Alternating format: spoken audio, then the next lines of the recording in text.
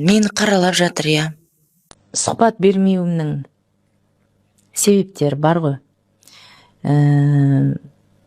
Жалпы енді менің өмірім өзі не скучный ғой.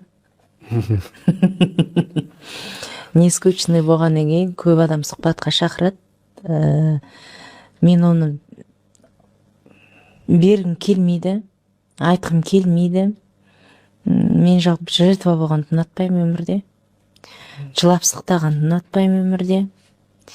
Сосын жаңағы бердім да, өшіріп тастадым. Бір сұхбат бердім да, өшіріп тастадым. Сөйтсем, сол бір әйелге тән әңгімелер.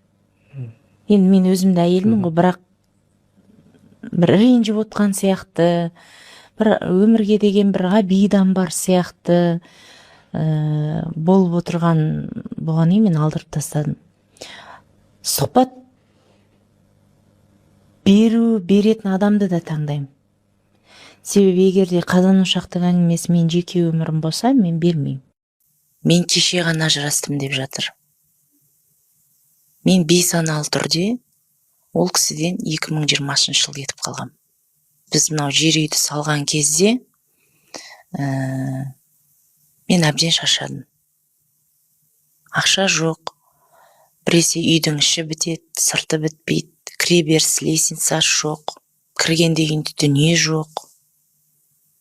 Үйдің сырты жасалмаған, ворота жоқ. Ол кезде мен енді көпшілік танитын 2017 жылдары, иә. 2017-те салдық қой. Көбісі танитын, мен анау воротасы жоқ үйден кіріп шығуға ұялатынмын. Лестница ағашпен тұрады. Оның бәрін мен жасауым керек. Көршілерден ұят деп. Мен әр түскен гонорардан сол үйдің сыртын, ішін, баспалдағына дейін, кіреберіс, төсейтіннің аты не дейді? Соға дейін төседім. Ол кісі ойланған жоқ о жағынан. Не болып жатыр мына үй? Дүние қандай? Перде жоқ, осылай аквариум құсап жүре береміз ба? Деген нәрсе жоқ. Әйел адам шаршайды ғондайдан. Ер адам тірек әрбір әйелге. Біздің енді қоғамдағы әйелдердің бірі менмін. Мен де қоғамдағы бір әйелмін. Біз әйелдер көп нәрсені жасырамыз. Көп нәрсені ішімізге тығамыз. Сосын өзіміз тұншығамыз. Мен соңғы уақыттарда ұрысқан да жоқпын. Немқұрайлық етім үйреніп кетті, я.